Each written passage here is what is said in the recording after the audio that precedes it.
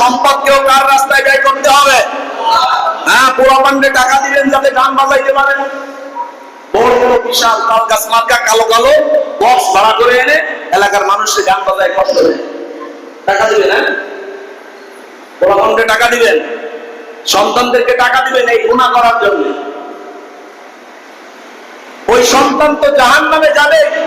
ওই সন্তান আপনাকে জাহান্নামে যাওয়ার পথে আপনাকে পায়ের নিচে ফেলে আপনার শরীরের উপর দিয়ে হেঁটে হেঁটে তারা জাহান্নামে যাবে। নাউযুবিল্লাহ।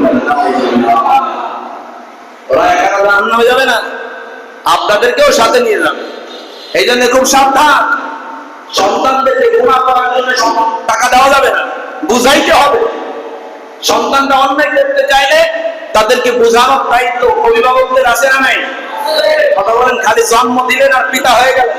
হ্যাঁ, পিতা হইলেই হবে না।